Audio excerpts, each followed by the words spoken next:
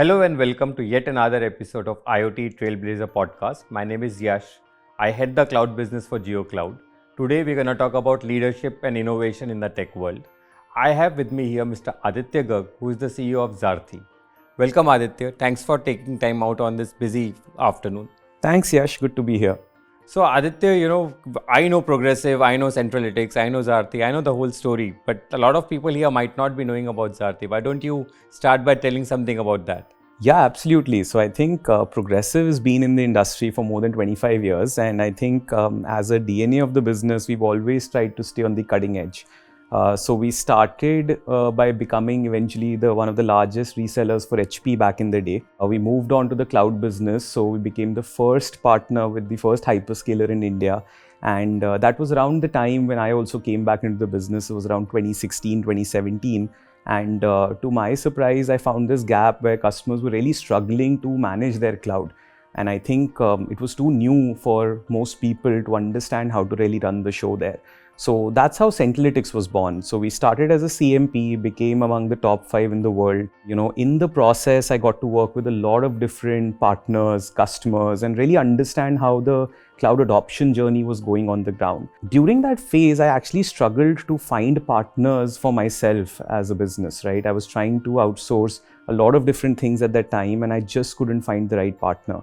And I sort of went back to think, why is that the case?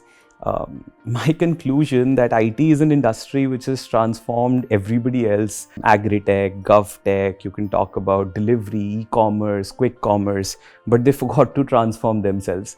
So that's how JioThings was born. I wanted to disrupt the idea of outsourcing and challenge all traditional business models, whether it was professional services, staff augmentation, managed contracts, and that's where the journey started. So 2.5 years now, we've cracked the business model. We are now the first pay-as-you-go IT service provider for the industry. And I think the traction says it all. So hoping to continue that journey. But yeah, that's JioThings for you. All right. So JioThings sounds like a one-stop shop for all technology needs. You are like the urban clap or the urban company when it comes to technology. Am I right to say that? Oh, absolutely. But the problem statement started by figuring out that what is a customer's need. So a customer basically comes with a business problem. They don't come with an idea that I want cloud or I want AI or I want ABC. They usually come with a business problem. And that's what our business model is around. We want to start by figuring out what is your need, start unwrapping the story from there, and then take whatever it takes to actually deliver the solution to the customer. It could be one platform, could be multiple, could be SaaS integrations, could be whatever. But at the end of the day, it starts with what is the pain point and sort of going forward from there. All right. So if I understand correctly, you started Progressive was a completely, reselling model. Then came Work Elevate, your own, automation platform. Then came the cloud management system. Then JioThings. And in all with this, you tied up, you partnered with us. What made you partner with JioCloud? Or if I have to say Microsoft Azure from Geo region. I still remember the first conversation when you told us what is the actual value proposition. And I think it clicked instantly. I think it brought the best of two worlds together. I think as a customer, you're looking for cutting edge technology, which you were bringing from the best in the world, which is Microsoft. And at the same time, you're looking for sovereignty, you're looking for somebody local. We've seen the success of sovereign clouds with all the governments. I think you're doing it at a much larger scale by taking it to all the end customers. So that was the power that, I couldn't believe can actually come together. Obviously, with that came all the pricing benefits. So, it's very easy to sort of start thinking that one can sell at the same price point in India, but Indian customers, they want more than what they are paying for. And I think Jio just has the exact scale required to make that happen. So it was a win-win on all sides, and hence it made that an obvious choice for us as well. You mean to say it's like an happy invoice day, when it comes to the customer? Yeah, absolutely, right? I mean, again, Indian customers are looking for predictability. Indian businesses are still very heavily controlled on the cost side. So while there might be limited financial and promoter control, maybe on the revenue side, maybe they're okay to delegate that to VPs and execs. But I think from the finance perspective, there's a lot of cost control. And I think that level of predictability, currency control, being able to see the level of price discovery they're able to do while not losing anything on the performance, right? There is no difference in what you get in any other region versus what we get with Jio. So I think that just makes it the best of both worlds. All right. So you started reselling, we tied up for you to resell, and then in between you decided to, use JioCloud for your own solutions like Work Elevate and others. What helped you or what made you take that leap of faith with us? Honestly, Yash, anybody who knows Progressive and knows us knows that we walk the talk. So we usually will never say something and do something else. And I think part of that is shown here. If we didn't believe in it, we wouldn't take it to our customers. And to show our belief, it was important to try it ourselves. So I think being able to take our platforms and run it on JioCloud gave us a lot of confidence to take the partnership forward and to go a lot deeper into it. Thanks for the vote of confidence. You are right, you're walking the talk literally. So tell me one thing, when you tell your customers or your clients about JioCloud, especially Microsoft Azure from Jio region, what is the biggest surprise that you have seen, that come to them? What surprises them? India is the jugaad land. So I think the first question or the first skepticism we get from customers is there some jugaad going on, right? You're promising the same tech, but you're promising it at a lower cost. How is that possible? And I think that's the biggest tough part of the sell is, we have to make them try it to buy it. And I think then they realize that there is nothing different about it. And I think that is probably the biggest fear and skepticism that we see with customers is how can you give me the same exact thing, but, at such a different price point. So I think that's probably what I hear the most. Well, yeah, rightly said, but Jio is known for, its pricing. So with that, we come to a very interesting segment of this entire talk where I shoot out some rapid fire questions and you have to answer them in one word. Okay, are you ready? Let me try. So here's the thing. The biggest buzzword in technology which actually makes sense. AI. All right, I could guess that. So if you had, let's say, unlimited GPU for one day, what would you do? Build a time machine. Yeah, and travel where? Past or future? I want to say future. You sure you don't want to go past and meet your wife again? Okay, so next one. What is the most underrated challenge in running a SaaS business? Positioning. If you could solve one cloud pain point forever, what would that be? The solutioning piece. The biggest compliance headache that you have ever faced? Data privacy. All right, so well answered. So with that, let's move back to our discussion about the cloud.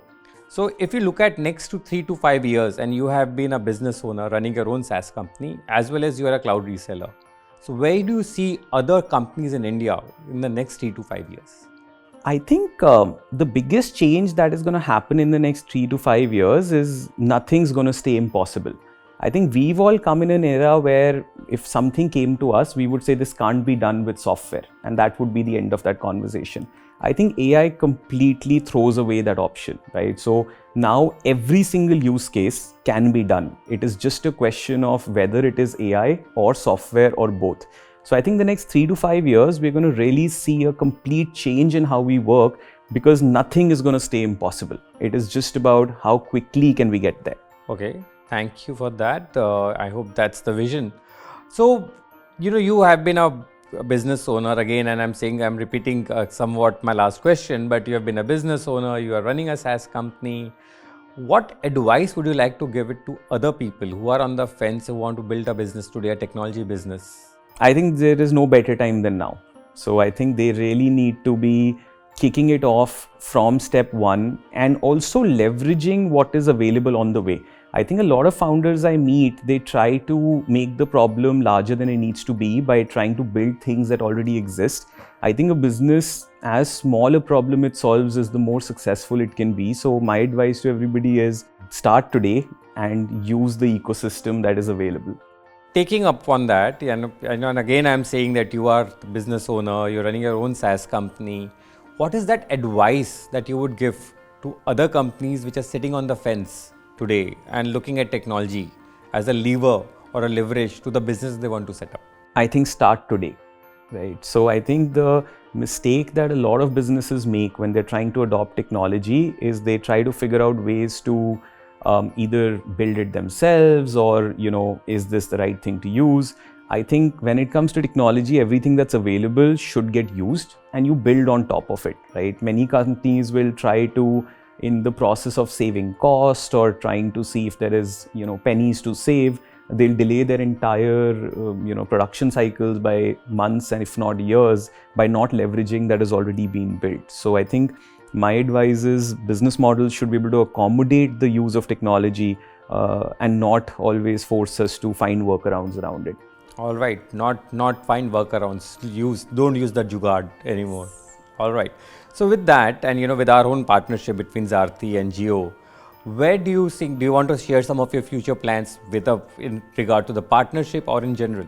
Yeah, I think we think it's just the start. So Zarthi is now grown to 300 people within 2 years. I think in the next 18 months we'll be 600 people. We are in 5 office locations already in India. I think that number is expected to double as well in the next 18 months or so. So I think we are clearly seeing customers adopt this combination of cloud plus service coming as a bundled offering. And I think this partnership, if anything, is a proof of that. So hoping to just double down on that and solve, customer problems as one day at a time. One day at a time. Words to live by. So we never end our, the podcast without asking one question. It's like the question that we have to ask. What is that one person or book that really inspired you as a leader, as a professional? I follow a lot of people and I read a lot of books. So it'll be hard for me to name one that is this, the inspiration. But I'll tell you what helped me start my reading journey. And that was a book called Good to Great by Jim Collins. And before that, I felt books were more theory, but I think that book changed my mind and it taught me that there's a lot of knowledge available out there, and that's how my reading journey started. All right. With that thought, this comes to the end of the talk session. Thank you for being here. Thank you for taking time out from busy schedule. Back to the viewers. Thank you for tuning in today into this episode of IoT Trailblazer podcast. We keep on coming back with newer stories, new technologies to share with you. Do share your feedback and be tuned in for the next one. Thank you.